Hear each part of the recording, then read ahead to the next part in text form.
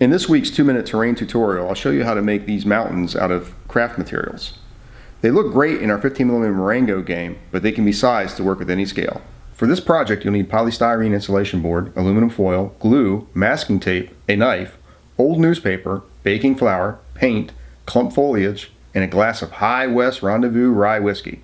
Start by drawing the outline of the mountain base you want to create.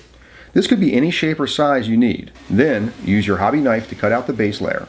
This is 1-inch thick polystyrene insulation. Finally, shave the edges down on an angle to create a rough slope.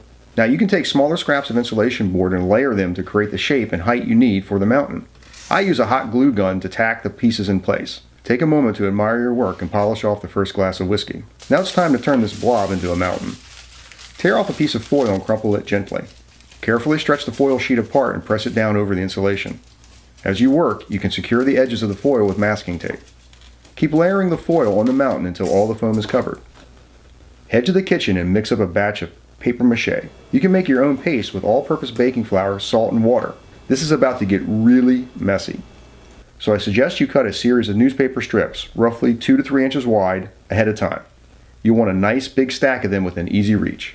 Dump the strips of newspaper into the paste mixture to make sure they are fully coated.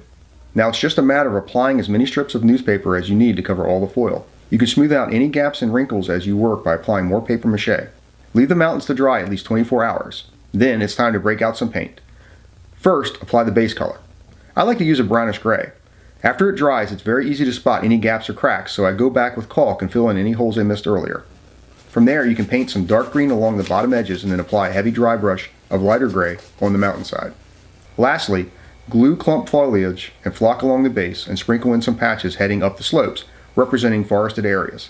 As a final touch, dry brushing white paint on the peaks gives you a snow-capped appearance. When you're done, these model mountains look incredible on the tabletop and work for any period of history.